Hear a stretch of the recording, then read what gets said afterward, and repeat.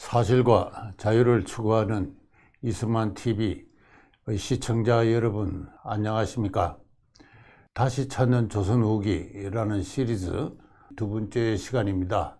오늘은 지난 시간에 이어서 조선 후기의 노비제 문제를 한 번 더 다루도록 하겠습니다. 제목은 노비제의 쇠퇴와 잔존입니다.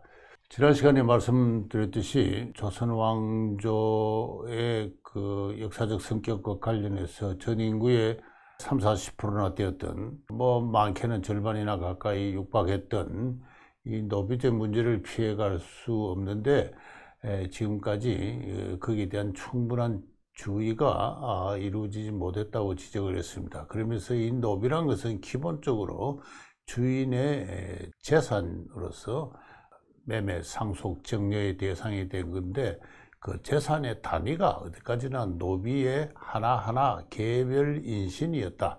노비 가족이 있으면 노비 가족 전체가 하나의 특정 소유자에게 지배되는 것이 아니라 가족이 5명이면 5명 하나하나가 주인의 재산으로 지배되는 그와 같은 그 개별 인신 지배의 특질을 갖고 있다. 이제 이런 이야기를 했습니다. 그러면서 하멜이라는 사람이 이러한 노비가 전체 인구의 절반이나 되었고, 그들이 영어로 슬레이브에 해당하는 존재고, 그들의 그 신분 세습이 바로 종천법에 의하기 때문이다. 이제 이런 이야기를 제가 소개를 드렸는데요. 자, 이 노비제가 18, 19세기에 쇠퇴합니다. 쇠퇴하면서도 그러나 끝내 해체되지는 않았어요. 잔존했습니다. 그에 대해서 이야기를 하도록 하겠습니다. 우선 하멜이 이 조선 왕조를 표류해온 바로 그 시점에 1660년에 잘 아는 해남 윤씨가의 윤선도라는 그 양반 관료가 있었죠. 이분이 당시 함경도에서 귀양살이를 하고 있었는데, 자기 큰아들에게 가훈을 줍니다. 집안을 보존하기 위해서 이렇게 해라 해서 집안의 살림살이에 대해서 자세한 가정 행정의 지침을 훈계로 내려주는데요. 거기 보면은 노비에 대해서 다음과 같은 두 가지 주목할 만한 게 있습니다. 노비의 신공은 사내종은 35자, 한자가 평균 한 24~25cm 됐는데 35자 길이 한 6~7m 되겠죠.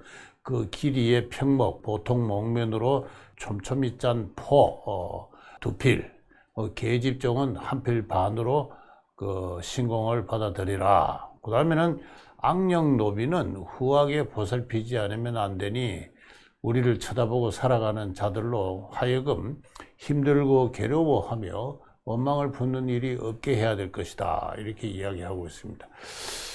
이거 자주 잘 알려진 그 이야기라서 제가 특별히 소개하는 것도 아닙니다만은, 그러나 여기서도 알 수 있듯이 노비란 것은 크게 주인에 대해서 공납을 바치는 노비가 있고, 또 악력이라 해서 집안에서 주인집 내외에 살면서 직접 그 노동에 종사하는 이 두 가지 부류가 크게 있었습니다.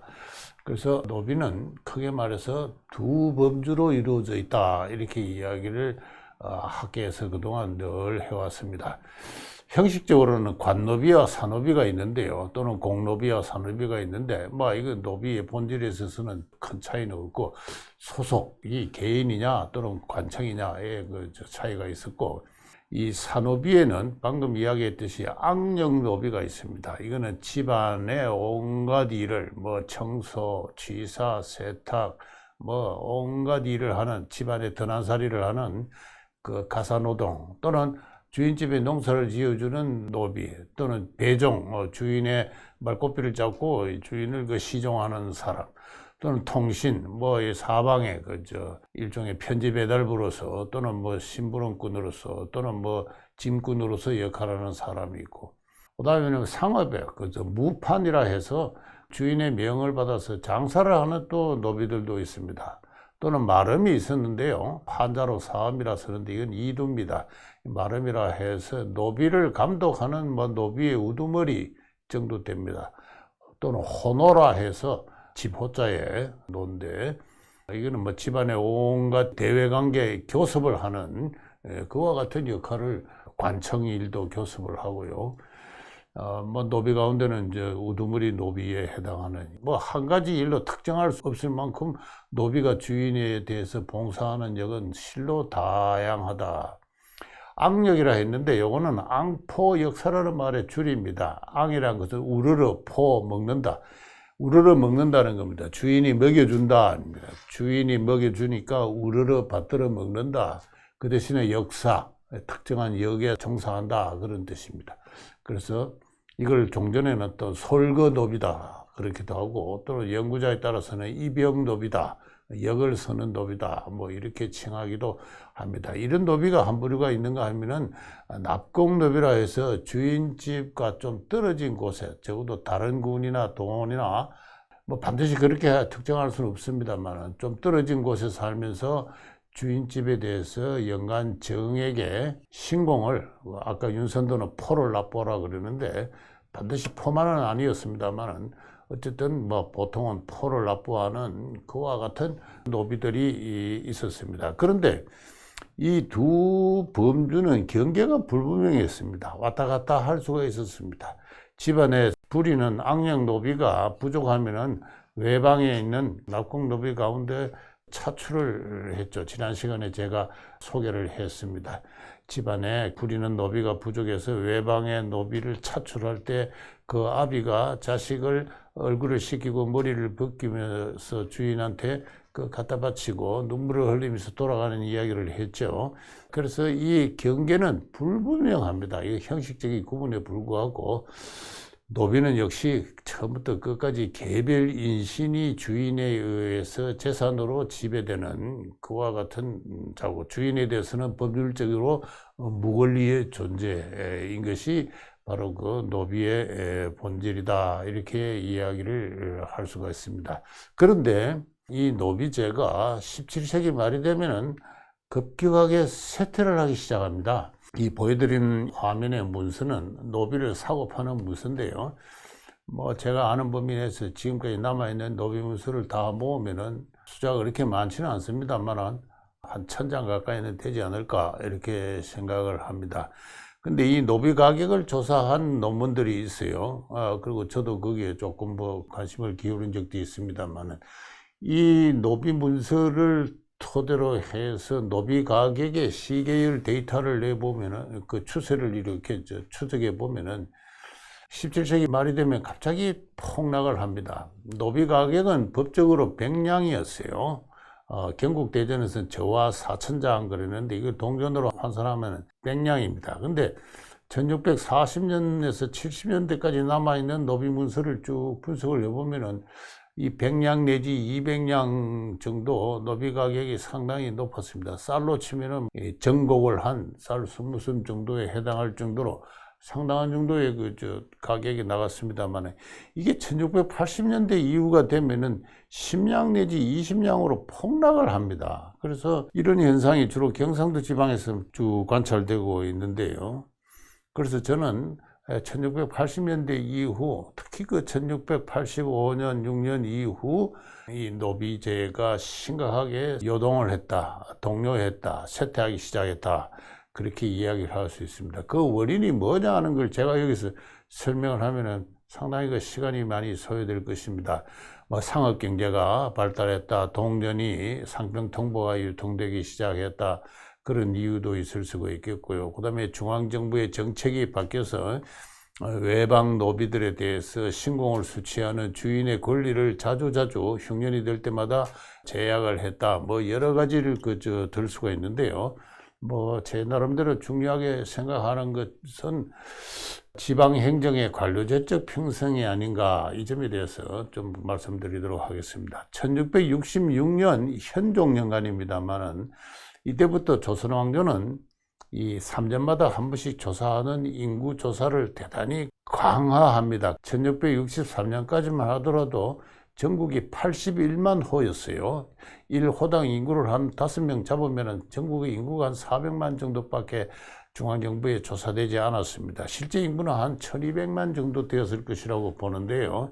그만큼 한 3분의 1 정도의 수준밖에 안 되는데 1666년부터 이 인구조사를 대폭 강화를 합니다. 그렇게 해서 1663년에 83만 호가 1666년이 되면 110만 호, 갑자기 30만 호가 늘고요. 다음 1669년에는 131만 호가 됩니다. 요 63년부터 따지면 6년 만에 무려 한 50만 호 가까이가 증가를 하죠. 이런 식으로 인구 조사가 강화되면서 그 전까지 농촌 사회에서는 국가의 질서가, 국가의 지방행정 체제가 말단에까지 침투하지를 못했습니다. 농촌 사회의 말단에는 아주 오래된 전통적인 질서가 그대로 공동체적인 형태로 존재했고, 또한 양반 노비제 질서가 그 나름대로 자율성과 독립성을 갖고 존재하고 있었습니다. 그러한 농촌 사회에 소위 관료제적 어떤 그 행정체제가 깊숙하게 뿌리내기 시작하는 게 바로 이 1660년대부터고, 드디어 1675년이 되면은 오가통사목이 발표됩니다. 5집을 하나의 통으로 편성하라 하는 것입니다. 이때부터 면리제가 성립합니다. 오늘날의 면과 리의 제도가 성립하는 게 이 1675년에 오가통사목에 의해서예요. 그전에는 또 면리제는 형식적으로는 있었습니다만, 조선왕조 초기 경국대전부터. 그러나 이때까지는 형식적이었습니다. 면이라 해도 동면, 서면, 남면, 북면 이런 식으로 하나의 군을 이 4개의 방향으로 구분하는 그런 정도의 의미밖에 없었고, 군현 밑에 리가 행정 단위로 있었습니다. 전국적으로 리 수가 정확하게 알 수는 없습니다만, 저는 한 6천 개 정도, 전국의 면수는 한 1,000개 정도 되었을까, 이렇게 생각을 하고 있습니다. 그래서 이러한 상태에 그 1675년부터 오늘날의 면리 제도가 구례의 리가 한 6천 개 정도 되는 리가 한 4천 개 정도 되는 면으로 바뀌고, 리가 면이 되자 그 리 밑에 있던 촌이 리가 됩니다. 이게 전국에 한 3만 한 5천 개 정도 이렇게 이 면리제가 성립을 합니다. 그래서 이 지방행정체제가 관료제적으로 편성 시작하고, 그러자 주인집에 이렇게 조사되고 있지 않던 수많은 노비들이 호적에 등록되기 시작합니다. 주인집 밖에서 움집을 짓고 살고 있던 노비들까지 무리하게 호적에 독립적인 호로 등록되었다, 이런 불평이 나올 정도였고, 이러한 조사를 거부하는 사람은 비록 양반이라 할지라도 가혹한 형벌의 대상이 되어서 저 북도 지방으로 완전히 사민을 당하는 이와 같은 그 강력한 어떤 정책을 중앙정부가 실시했습니다. 다시 말해서 농촌 말단에까지 중앙집권적 관료제적 행정체제가 파고들기 시작했고, 노비를 다 호적에 등록시킨 다음에 이 노비에게도 역을 부과하기 시작합니다. 그전에는 노비에게 역을 부과하는 일이 없었습니다만, 그러나 이제는 완전히 노비들도 사실상 공민으로 간주해서 양민만큼 무거운 역은 아닙니다만 소고군이라든가 아병으로 차정하는데, 이게 뭐냐면 일종의 예비군입니다. 예비군으로서 봄, 가을로 이렇게 예비군 훈련 받듯이 편성되고, 그리고 일정한 그 포부담을 하도록 했습니다. 아병이라는 것은 지방 감령에서 임의로 모집한 그 정규군이 아닌 어떤 비정규군을 말하는데, 1690년이 되면은 경상도 대구부 호적에 적힌 노비호 가운데 63%가 어떤 형태로든지 국가의 역을 지게 됩니다. 그래서 노비도 공민으로 바뀌기 시작했다. 이게 저는 가장 중요한 게 아닌가. 1675년부터 1990년 사이에 있었던 이 일이 노비제 해체에 매우 중요한 어떤 그 요인이었다고 생각을 합니다. 아울러 노비제를 비판하는 풍조가 성립합니다. 그 선구를 달린 사람이 16세기에 이미 율곡 선생이 그 동호문답이라는 글에서 이야기를 했죠. 종모의 법을 양녀에게는 적용하지 않으니, 어머니가 양인이더라도 아버지가 노면은 그 자식은 무조건 노비가 되죠. 이런 식. 그러니까 이 종모의 법을 양녀에게는 적용하지 않으니 양민이 모두 사천으로 변해버리고 말았다. 오늘날의 이 정치를 고치지 않으면 비록 요순과 같은 성인이 위에 있다 한들 어찌할 수 없을 것이다. 이런 식으로 종천법, 부모 가운데 누구 하나라도 노비면은 자식은 노비가 되고 마는 이러한 법을 비판을 했습니다. 이후 17세기가 되면은 이 노비의 세습법을 비판하는 많은 사람들이 나타나기 시작합니다.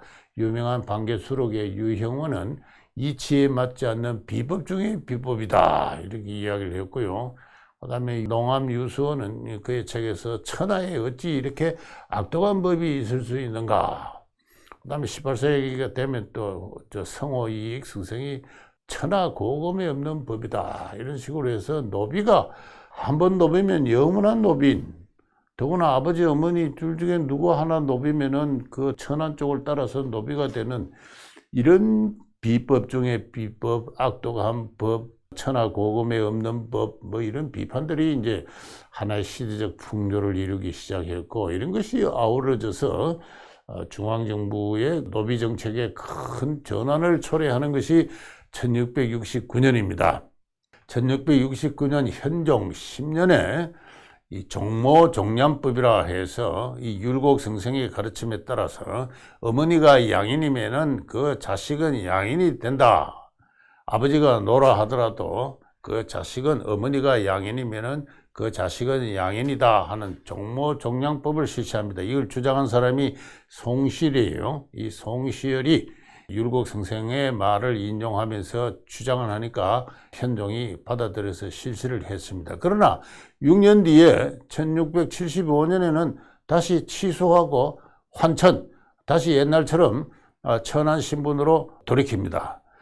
그 다음에 또 6년 뒤에는 1681년에는 다시 또 종량법이 송시열의 주장대로 다시 양인으로 만들었다가 그 다음에는 8년 뒤에는 1689년에는 다시 옛날로 돌아갑니다. 이렇게 왔다리 갔다리 하다가 드디어 1731년이 되면은 영조 7년에 드디어 어머니가 양인이면 자식을 양인으로 삼는다는 법이 최종적으로 확정이 됩니다. 그때 기록을 읽어보면은 그간의 당론이 나라를 병들게 했다 이런 말이 있습니다. 이때 서인과 남인 사이에 당쟁이 아주 심했죠. 서인이 집권을 하면은 송시열이 서인의 영수입니다만은 이 종모종량법을 시행을 했는데, 그렇게 되자 노비들이 급속하게 감소하기 시작하고 또 자기가 양인이라고 주장하는 노비들이 많이 나타나서 주인과 소송을 벌이고 하니까 이거 이랬으면 나라의 기강이 무너집니다 해서 남인들이 집권하면 다시 옛날로 돌리고, 또 서인이 집권하면은 종량법을 시행하고, 또 남인이 집권하면은 다시 노비로 돌리고, 이렇게 왔다리 갔다리 당론에 의해서 그 나라가 병들었는데, 이제 노론의 집권이 확정되면서 이 종모종량법이 최종적으로 실시가 되었습니다. 이렇게 되면 어떤 결과가 발생하는지 제가 그림으로 보여드리겠습니다. 노와 양녀가 결혼한 경우에는 두 명의 자식을, 아들과 딸을 낳았다고 생각합시다. 노는 빨간 신분으로 표현되었습니다. 파란 색깔은 자유인, 양인인데, 노가 양녀와 결혼했을 때 예전에는 아들과 딸이 다 빨간 색깔로 칠해질 노비 신분이 될 것입니다. 그러나 지금은 그 두 아들, 딸이 다 양인이 되는 것이죠. 그걸 이렇게 제가 표현을 했습니다. 이 굉장히 충격적인 변화가 초래되기 시작한다는 걸 알 수가 있고요. 그 다음에는 복잡한 경우가 B가 양인 남자와 결혼한 경우입니다. 노비는 17, 8, 9세기가 되면은 대체로 양인 남자와 결혼하는 것이 8, 90% 이상의 비율을 차지합니다. B가 양인 남자와 결혼했을 경우에는 어머니를 따른다 했으니까 아들과 딸이 있을 때 이 아들과 딸은 노고 하나는 B가 되죠. 그래서 색깔이 지금 빨간 계통의 색깔로 칠해졌는데, 이 아들이 나중에 장가를 양녀하고 들으면은 그 밑에 있는 아들, 딸은 다 양인입니다. 그러니까 제가 이 실선으로 이렇게 동그라미 칠한 것은 사실상 양인의 가족이 되는 거예요. 이렇게 되니까 노는 더 이상 신분을 세습하지 않게 됩니다. 양남과 B가, 양인 남자와 B가 결혼해서 아들을 생산했을 경우에 그 아들은 당대에 한해서 노일 뿐입니다. 당대에 한한다고 하지만은 장가를 들고 자녀를 출산하면 이게 사실상 양인의 가족이 돼요. 그러니까 장가를 든 이후에 노는 더 이상 노가 아닙니다. 시한부 예속인으로 바뀌고, 그 다음에 양인 남자와 B가 결혼해서 딸을 출산했다고 합시다. 이 딸은 양인 남자와 결혼하게 되면은 저 위와 똑같은 아들, 딸, 노와 B인 아들, 딸을 놓게 되는데 이 아들은 당대에 하나는 기한부 예속인이 됩니다. 대체로 장가가 가기 전에 주인집에서 드난 사례를 하는, 입역을 하는 그런 정도의 예속인으로 바뀌고 장가를 들게 되면 사실상 자유인으로서 이렇게 해방이 됩니다. 따라서 신부는 딸에게만 세습이 됩니다. 이 딸이 또 양인 남자가 결혼해서 또 아들, 딸을 낳았다고 생각했을 때 아들은 시한부 예속인으로서 자유인이 되고 딸만 됩니다. 그래서 B가 양인 남자와 결혼한 경우에 그 신분 세습은 사실상 B, 딸 이렇게 모계로만 내려가게 됩니다. 근데 딸을 둘 낳았을 때 어떻게 되느냐? 아들을 2명 낳았을 때는 더 이상 신분이 세습이 안 되죠. 앞서 말씀드린 딸을 2명 낳았을 때는 딸 1명만 B로 남고 나머지 딸은 사실상 시집을 가게 되면 해방이 됩니다. 이런 관행이 원리상 이제 이렇게 되는데 제가 이 원리가 사실인 경우를 한번 입증을 한 적이 있습니다. 이 강원도 원주에 옛날에 간천면이라고 있었는데 지금은 여주 강천면입니다만은 거기에 그 양반 권씨가가 살았어요. 이 양반 권씨가가 3년마다 한 번씩 작성되는 호구단자, 호적을 1678년부터 1885년까지 가지고 있고 그게 지금 서울대학 규장각에 남아 있는데요. 제가 이것을 쭉 연결을 했습니다. 이 집안의 호구단자에는 노와 비의 부모를 반드시 적는 그런 그 가정의 전통이 있었고 그걸 이용을 해서 노비의 그 신분 세습이 어떻게 되는가를 쭉 추적을 해보니까 과연 예상한 대로 그와 같은 현상이 나타났습니다. 이 종모종량법이 시행된 이후에 이 집안에 어떤 비가 있었는데 무려 7명의 자녀를 출산합니다. 아들을 5명을 출산을 하고 B를 2명 출산했는데 B 중에 하나가 신분을 세습해서 나머지 한 B는 더 이상 그 후손이 이 집안에서 확인되지 않습니다. 다시 말해서 신분 세습이 끊어졌고 2딸 중에 한 딸이 다시 이 집안의 B로서 다른 양인 남자와 결혼해서 비비노 2딸과 한 아들을 출산했는데 이 2딸 중에서도 한 딸만 또 신분을 세습해서 노노비비 4명의 아이를 출산하는 것을 이런 걸 본 적이 있습니다. 그래서 종모종량법 이후에 노는 더 이상 신분 세습을 하지 않는 사실상의 자유당 시한부 예속인으로 바뀌었고 딸이 2명이 있더라도 이 딸 중에 하나만 B로서 남고 나머지 B는 자유인으로서 더 이상 신분을 세습하지 않게 되는구나 하는 것을 제가 구체적으로 확인해 되었습니다. 양반가의 일기를 보더라도 둘째 딸이 시집갈 나이가 되면은 그 삼촌들이 찾아옵니다. 요 경우에는 그 앞에 있는 그 노 중에 하나가 B의 둘째 딸의 삼촌이 되죠. 삼촌이 자기 조카 딸을 데리러 와서 사머리를 데리고 갔다 이런 말이 나옵니다. 다시 말해서 18세기 후반이 되면 사회 간행상 북의 동족, 친족 집단이 발달하면서 원래 노였던 어떤 사람들이 성을 갖게 되고 미약 하나만 나름대로 어떤 친족적 질서를 형성하게 됨에 따라서 자기 조카 딸이 양반 어느 집에서 비로 있을 때 데려오는 이러와 같은 그 현상을 볼 수가 있습니다. 이렇게 해서 B의 그 세습이 크게 줄어들게 되기 시작했습니다. 이와 같은 일을 당대 조선 양반들로부터는 기록을 찾을 수가 없는데 뜻밖에도 부한말에 헐버트라는 목사가 쓴 대한제국 멸망사 The Passing of Korea라는 책이 있습니다. 그 안에 이런 이야기가 자세하게 나와요. 한국의 노예제에서 가장 놀라운 사실은 남자 노예가 하나도 없고 여자만이 노예라는 점이다. 어쨌든 노는 끊임없이 생산되기는 했습니다. 생산되기는 했지만은 기한부 예속인이었다. 이제 이런 이야기고요. 그리고 다음에서 언제 설명하겠습니다만 19세기 경제 사정이 대단히 좋지 않았습니다. 그래서 자기를 노로 파는 사람들이 계속 나타나고 있었습니다. 자매노라 그러는데요. 나와 내 가족 전체가 노비가 됩니다 하는 이런 식의 매매 문서들이 이제 나타나기 시작하는데, 따라서 노는 지속적으로 생산이 되었습니다. 생산이 되었지만은 신분 세습은 끊어졌다. 이제 이런 이야기를 할 수가 있겠고요. 딸이 여럿일 경우 맏딸이 어머니의 대를 잇는다. 그래서 맏딸만 비가 되고, 대를 이은 맏딸이 죽더라도 어머니를 이어서 비가 된 그 여자가 죽더라도 주인은 다른 딸, 둘째 딸, 셋째 딸, 이미 시집가 있는, 그러니까 데려올 수 없다. 자리를 메울 필요는 없다. 이렇게 되어 있습니다. 여자 노예의 모든 사내 아이들은 원래 자유의 몸이기 때문에 노예가 될 수 없다. 그들은 혼자 살아갈 나이가 되면 즉시 경제적으로 독립한다. 그래서 사내종들은 어머니로부터 신분을 물려받은 노는 그러나 장가를 들게 되면은 주인으로부터 따로 당신은 재금을 낸다 그럽니다. 나가서 살림을 차리고, 같은 동네에 살면은 노비적 종속을 면하기 힘듭니다만은 좀 다른 면이나 멀리 떨어져 살게 되면은 사실상 노비적 굴레로부터는 벗어나는 이와 같은 일들이 이제 18세기 이후에 진행이 됐고요.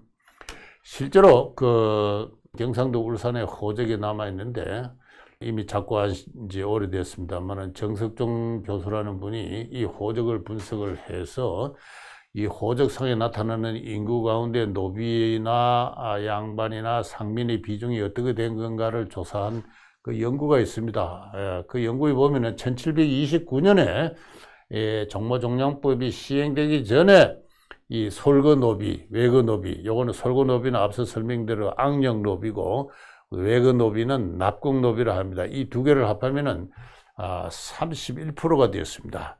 근데 그보다 앞서 1690년에 그 호적이 있는데 거기는 무려 40%가 넘습니다.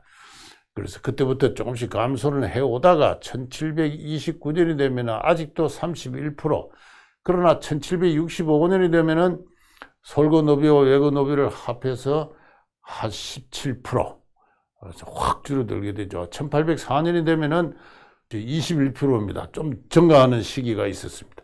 반드시 일률적으로 감소하지는 않고 경제 사정에 따라서 이렇게 다시 노비가 증가하는 그 시기도 있습니다만, 그러나 1867년이 되면은 14.4 플러스 0.3이니까 14.7% 이렇게 됩니다. 그러니까 당소 31% 인구가 140년이 지나면은 그 절반 이하로 이렇게 확 떨어지게 되죠. 근데 오늘 울산의 예고, 저 경상도 진해라든가 이런 곳에 남아있는 호적을 보면은 아주 농촌 지역으로 들어가게 되면은 인구의 한 2, 3% 정도밖에 안 됩니다.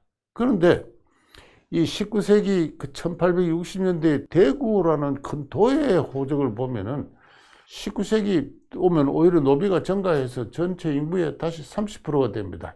이게 울산에서도 약간 18세기 후반에 증가를 하는 그 국면이 나타납니다만은, 나중에 감소합니다만은, 대구부에서는 그렇지 않고 여전히 감소했다가 다시 증가합니다.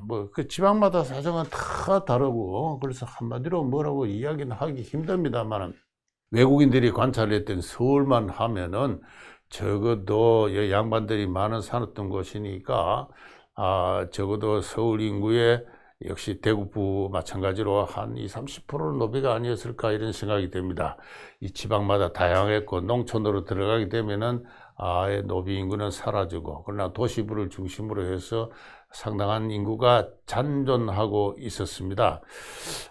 우리 이승만 학당의 이승만 그 집안도 그 복내라는 비가 있었고 또 남종이 있었습니다. 아마 같은 부부가 아니었을까 싶고, 그래서 서울에 사는 양반이라면 아무리 가난한 집안이라도 한두 가족의 노비는 데리고 있었던 것이 일반적인 그 상황이었습니다. 노비제가 17세기 말, 18세기 전반부터 크게 쇠퇴하기 시작했다. 그러나 이것이 19세기 말까지 완전히 없어지지는 않고 전국적 평균으로 치면 한 10% 정도, 도시부에서는 그보다 높게 한 20, 30%, 농촌부에는 거의 뭐 2, 3% 편차가 있습니다만은 전국적으로 아직도 상당한 인구가 남아 있었다. 청년 이승만이 감옥 중에서 쓴 독립정신이라는 책을 보면은 이 한탄이 나옵니다. 지금 이 시대에 노예의 풍속을 가진 나라는 대한과 천국밖에 없다. 슬프다. 대한의 형제들이 어찌하여 예법에 익숙하여 내 나라 내 동포를 소나 말같이 대접하며 짐승처럼 사고 파는가. 미국 사람들은 저들과 생김새가 다른 흑인 노예를 해방하기 위해 동포끼리 전쟁까지 벌이지 않았던가. 어찌하여 이 나라는 동포를 노예로 부림을 당연하게 여겨서 노예법을 여태껏 폐지하지 못하고 있단 말인가. 이렇게 한탄하는 게 나옵니다. 18세기 되면은 18세기 이후에 노비 인구가 현격하게 줄어들고 19세기 초가 되면은 관청에 속해 있던 납공 노비들이 다 해방이 됩니다. 그 숫자가 얼마 되지는 않지만은 그러나 지방 관하에 속해 있던 관노비 그리고 각각 그 개별 민간에서 보유하고 있던 산노비는 그대로 쭉 존속을 하고 있었습니다.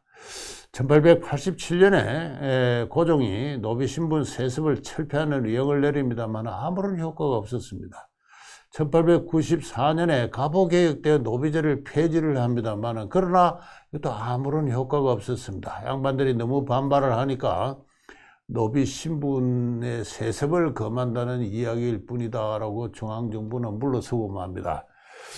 어쨌든 이승만의 한탄대로 조선왕조 말기까지 민간에서 보유하고 있던 산노비는 잔존하고 있었습니다. 왜 끝까지 이것을 조선왕조는 폐지하지 못했던가?